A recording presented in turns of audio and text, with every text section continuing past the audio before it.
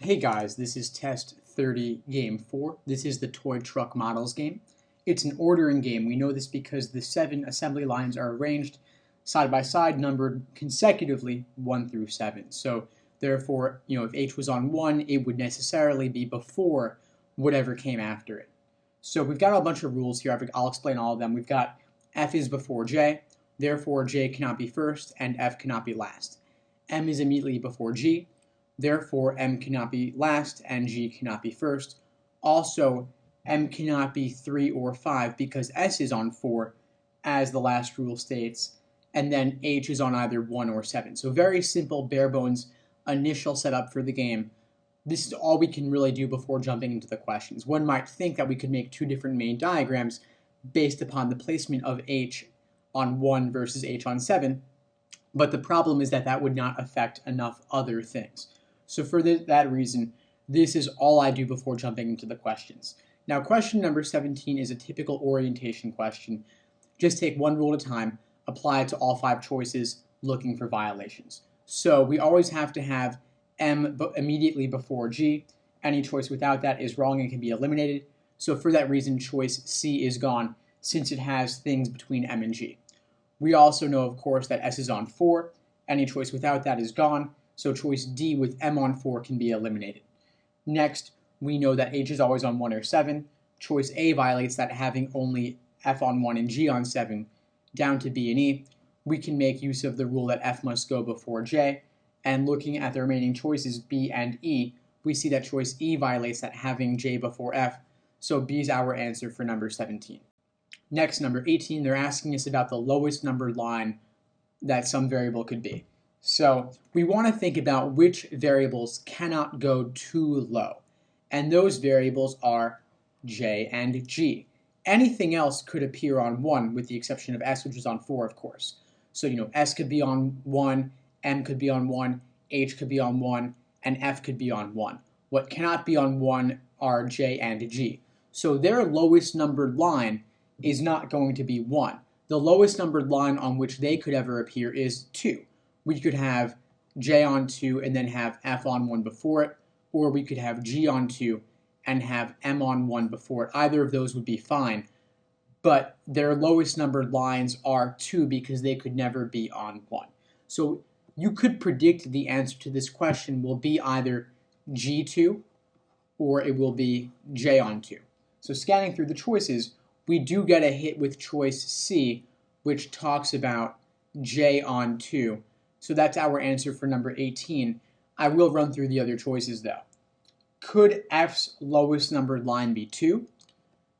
F could be on 2, but that's not the lowest place it could go because F could be on 1, so choice A is gone. So you see that my approach to evaluating the wrong answer choices would simply be to subtract 1 from the listed line number. So A says F2, I say, well, what about F1?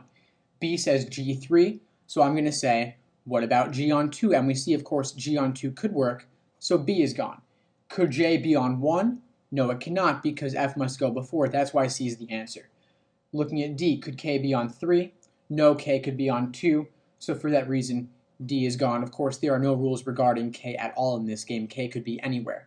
And then evaluating E, could M be on 2? Yes, it could, but could M be on 1? Yes, it could. We could have M on 1 and G on 2, so E is gone, leaving C if you didn't get it before for number 18. Next, number 19, if K was on 5. So K is a variable about which there are no rules at all. K could really be anywhere. So I want to, while it's very nice to be able to lock down K to a particular space, it's actually not that helpful because it does not give us a clear next starting point. So what I want to do now is I want to make two different main diagrams based upon the placement of H. H could go on either 1 or on 7. So I'm going to make a top diagram where H is on 1, a bottom diagram where H is on 7. Of course, S on 4 and K on 5 are holding true for both diagrams. Now, I used H as my wedge to create multiple main diagrams because H could only go 2 different ways. Now, within the top possibility, we still have a great deal of ambiguity. We could have MG on 2, 3, or we could have MG on 6, 7. So you see that I'm drawing sub-diagrams within the top possibility. On the bottom diagram, I could have mg on 1, 2, or I could have mg on 2, 3. Now, on the top diagram, if mg was on 2, 3, fj would have to be on 6, 7. On the second possibility for the top diagram, I could have fj on 2, 3 while having mg on 6, 7. In the bottom diagram, where mg is 1, 2, we will have to have f on 3 in order to put it before j on 6. And in the bottom possibility for the bottom diagram, I could have f on 1 and then once again have j on 6. So j's on 6 either way for that bottom diagram there. Now they're asking us which is a pairing of variables that could touch in either order. Obviously, there are many things that could touch, so I'm not going to try and predict the answer here. Instead, I'm simply going to run through the choices. So, could G and H ever touch? On the top diagram, H touches only M and F. On the bottom diagram, it only touches J, so A is gone. Choice B, G and J, could they ever touch? On the top diagram, I see that G is touching M, and G is touching either M or S, so it's never touching J. On the bottom diagram, G touches either M or F on top, or G touches M and S on the bottom one there. Either way, never touching J. B is gone. However, for C, we do see J and H touching on the bottom diagram on 6 and 7. Remember, they said not necessarily in the order given, meaning in either order. So we do have a hit there, and C is our answer. I will look at the rest, though. Do J and M ever touch? No. M touches HG or KG, or touches FG or touches FG. Again, so either way, never touching J, so D is gone. Then looking at E, do M and S ever touch? No, S touches G, J, or K on top, and then F, G, or K on bottom. Never touches M. E's gone, leaving C if you didn't get it before. Next, number 20, they're asking us how many lines could there be between F and J? What's the maximum we could ever have? Well, obviously, we could never have F on 1 and J on 7, and then have 1, 2, 3, 4, 5 things between them, because we always have to have H on either 1 or 7. So for that reason, choice E is eliminated. So we want to start with a maximum question. We want to start at the highest number and work our way down. So now we ask ourselves, could we have 4 things between them?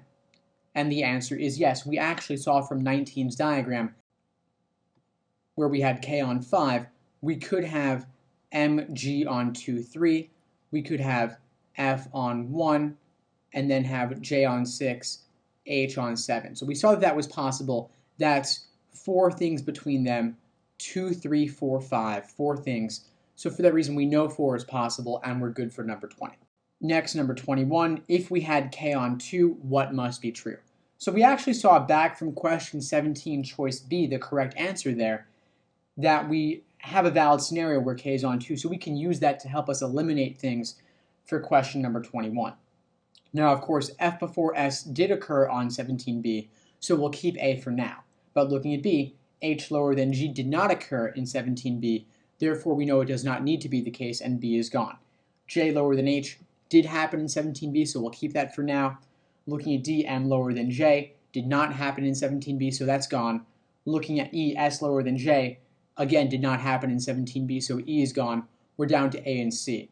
Now we could use a similar approach to what we used for number 19 in drawing multiple diagrams to see what happens when K is on 2. Again, I'm going to use H on 1 versus H on 7 and see what follows. So again, here we could have on the top diagram MG on 5, 6, or we could have MG on 6, 7, have F on 3, and then have J on 5 or 6, depending on the diagram.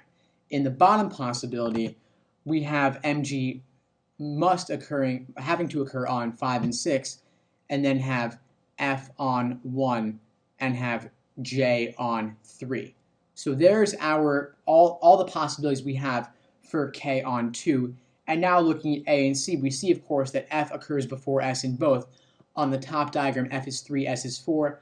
Bottom diagram, F is 1, S is 4. That is a must, happens in all possibilities. So A is our answer for number 21. I will look at E, of course. J lower than H occurs in the bottom possibility, but not in the top possibility where H is on 1. So for that reason, C is gone, leaving A for number 21. Next, number 22, if G is on the line number 1 less than F. So if G is 1 lower than F, meaning GF box, of course we also know that MG has to occur, so it's really creating a mega box of MGF occurring consecutively, and of course we know that F is before J. So it's actually a much larger sequence going on here. Now, given that S has to go on 4, we know that MGF has to occur on 1, 2, and 3 in order to allow room for J to come somewhere later on 5, 6, and 7. So H is going to be on 7 for certain, and then we really have J and K interchangeable on 5 and 6. It's either J5K6 or K5J6. MGF on 1, 2, 3 is a certainty, so we can keep all of this in mind as we run through the choices. Now F on 3, of course, is a must. We see it right here, so we're good for question 22. The answer is A. I will look at the rest though. G on 5, of course, is not a must. In fact, it's not even possible. G has to go on 2. H on 1 is not a must. It's not even possible. H goes on 7, so C's gone. Looking at D, K on 5. K could go on 5, but K could also go on 6, so D's gone. And then E, M on 6 is not possible. M must go on 1, so E's gone, leaving A if you didn't get it before. Next, number 23, if M was on 1. So we actually had M on 1 for question number 22, but if you use 22's diagram to help you for number 23, you'll find that you don't get any hits. It doesn't end up proving useful at all. So I'm just going to start by making a new diagram here. We'll make a new diagram with M on 1. Of course, M on 1 requires H on 7 for certain. We have an MG box right here, so if M's on 1, G must go on 2. Then in slots 3, 5, and 6, we have to have F before J, as well as K occurring in wherever those guys don't go. So whenever you have one thing occurring before another within a set of 3 slots, even if those 3 slots are not adjacent, as they are not adjacent here, you can still lay out every single possibility for how those things will go. I'll show you what I mean. We have 3 different possibilities that we can lay out based upon the placement of K, the variable not involved in the sequence. We could have K on 3, we could have K on 5, or we could have K on 6, and then F before J will occur wherever K does not go. So 3 different possibilities here. This is a comprehensive set of all the possibilities for the game when M is on 1. So now let's run through the choices using what we've got here. Could we have F 1 lower than H? No, F is 1 lower than J or 1 lower than S. But of course H is on 7 next to J and K, so A is gone. F 1 lower than K for choice B.